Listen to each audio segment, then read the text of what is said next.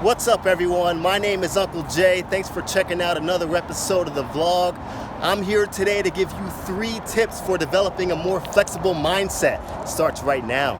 Hey, if you like playing poker and you want to become a better poker player on and off the table, go ahead and subscribe to this channel. And don't forget to hit the notification bell so that you know when I drop more videos. After I give you my 3 flexibility tips, there's going to be a big announcement right after it. And then we're going to go over some poker hands because this is a poker vlog and I know how much you like to talk about hands. Tip number 1, put your phone away.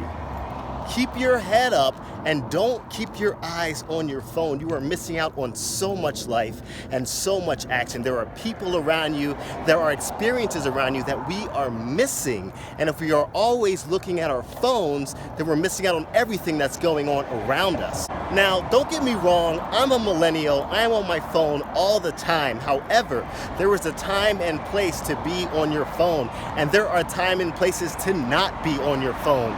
One of those times is when you're around a lot of people. How about we try socializing and talking to people and seeing what they have to offer? If you are being rigid and you are looking at your phone, reading articles, watching videos, you are not being flexible. You are stuck in a certain mindset. So put your phone down and look at your surroundings because there's a lot going on that you can easily miss. Tip number 2 is to take a spontaneous trip, whether it be a day trip or a night trip. Now, I say it's spontaneous, but we're going to kind of plan it because we're working on flexibility here. And in order for us to be flexible, we have to start somewhere. So it's almost like it's organized spontaneity, but it's important to just go out of your comfort zone at least a little bit. And I think that starts with like taking a day trip or an overnight trip. It should be by yourself. You should be able to look at your surroundings. You should be able to experience what you want to experience and not be stuck on another friend or another significant other to distract you. We're trying to be flexible. We're trying to grow. So we need to be outside of our comfort zone if we want to grow as people. Now, I already know what you're thinking. Uncle Jay, I have kids, I have a family, I have a job. I can't make trips. I don't have any kind of time to do this kind of stuff. Hey, I get it. Life permits and life happens. However, it's important for you to prioritize having a flexible mindset. You can find 2 hours or 3 hours in a week that you can get out of your comfort zone, go do something all by yourself that you've maybe never done before, and see what happens. My 3rd and final tip is to create your own reality. There are certain people in this world in which we only work, we only grind, and we don't know what we truly want in our hearts. It's up to you to decide what that is, and no one else can define that. Not your parents, not your siblings, not your significant other. Only you know what's going on in your heart. It's up to you to decide, to create your own reality, create what you want to exist.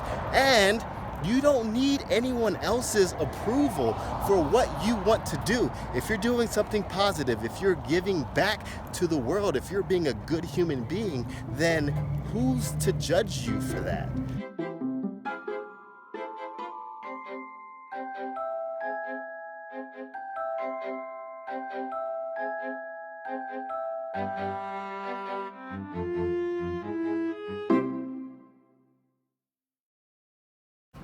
Okay, so here we are at McCarran Airport heading to Reno, Las Vegas for Run It Up Reno Tournament Poker Series. I'm not sure if I'm going to play in the main event. It is a $600 buy-in, a little bit out of my bankroll. However, there is a satellite tournament that I do want to play in and that could get me into the bigger tournament. So we'll see how that works out. I am with a friend of mine and we're just going to have all the fun in the world and try to crush some poker. There should be some poker vloggers and I want to talk to them and exchange ideas into how to grow my channel and make it better for all my viewers. So thanks for all your support and let's get to some hands.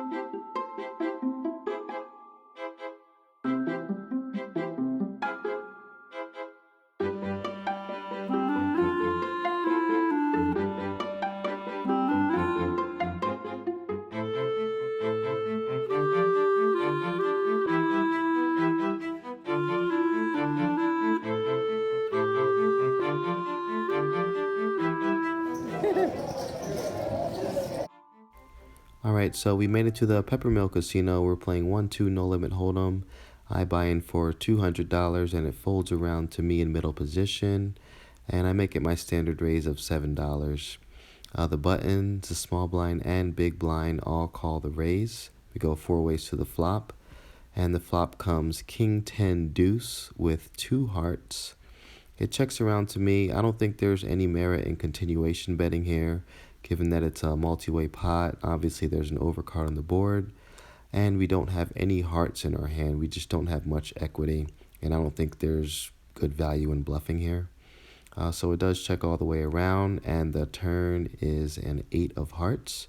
Completing the flush, the small blind goes ahead and puts out a bet, and the big blind calls. It's just an easy fold for us. Even if the big blind were to fold in this scenario, I still think our pocket jacks is no good. Are we really going to call a bet on the turn in the river? The answer is obviously not. We could easily be drawing dead, so it's just easier to find a better spot. So just make the fold here. Yeah, that's right. This is it. This is it. All right, under the gun here, we pick up pocket aces. That's always nice to see. We make it our standard raise of $7. Please do not size up here when you have big pairs like aces.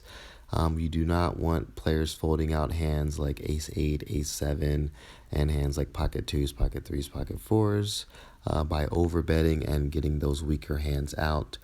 We want to keep them in by keeping a balanced betting range.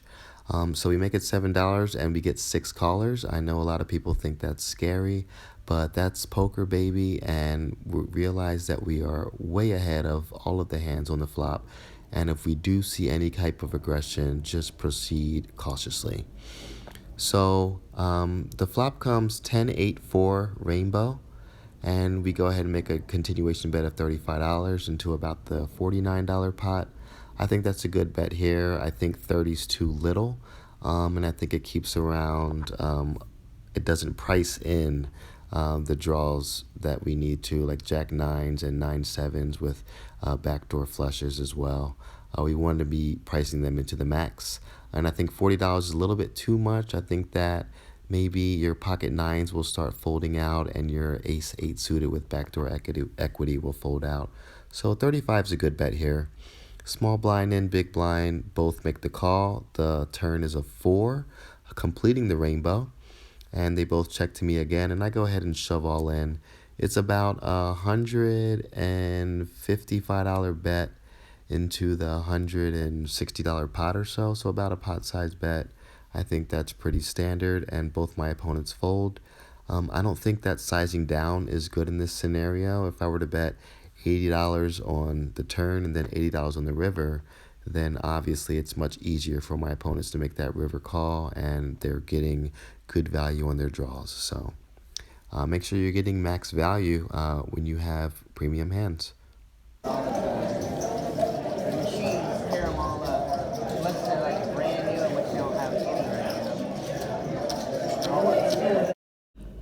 Last hand we're going to talk about here, we're under the gun +1. There's an open limper, and we make it $10 to play.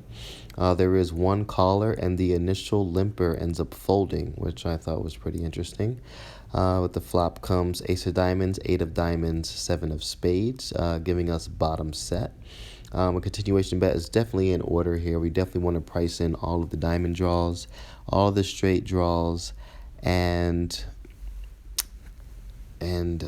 all of the aces, all the bigger pairs.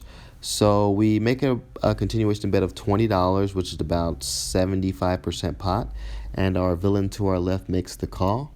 The turn is a 6, and it brings in the obvious straight. I don't think there's any merit in checking here just because one of the draws comes in. I still think our hand is good. So we continuation betting for $55, and our opponent puts in a pretty quick check, a pretty quick raise. She's to our left, so she raises to 110, which is a min raise, and I feel absolutely miserable.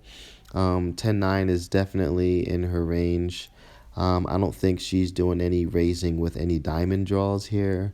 Maybe she can have like ace king, but I think that a lot of 2 pairs and bigger sets are going to be beating me here. I don't think that calling is the correct play here. when I get min raised on the turn and I have like middle set. So I just go ahead and shove all in, and she makes the call. And she had flopped trip aces. And I can't remember what the river was, but obviously I was drawing only to one out.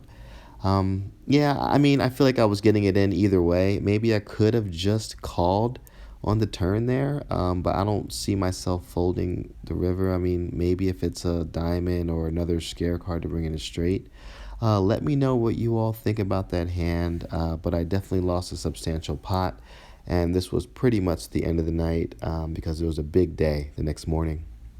Back in the hotel room, it's pushing 3 a.m. and I've got a 10 a.m. start time, so not looking good as far as sleep goes, as far as everything. Finished up the session down $81. Didn't get this last hand on video, but I had Jack 10 of hearts. There was one limper. I decided to limp behind. We ended up going 6 ways to the flop. The flop came 10, 8, 4 with 1 heart and 2 diamonds. I have the Jack of hearts, 10 of hearts. And the guy leads out for $48. It's an all-in. I mean, I've got top pair with a backdoor flush draw. Maybe it's a bad call. I mean, I don't know. I mean, I was pretty new to the table. I'd only been there for about 15 minutes, maybe 15 minutes. So I tossed in the call, and I caught runner for the flush, and he had ace 10. So definitely got a little lucky there. Definitely got lucky there. Let's not deny that. I don't know. Do you think it was a bad call? Let me know. But I appreciate you guys watching this vlog. We're going to do more. So, hey, thanks for watching, and we will see you very soon.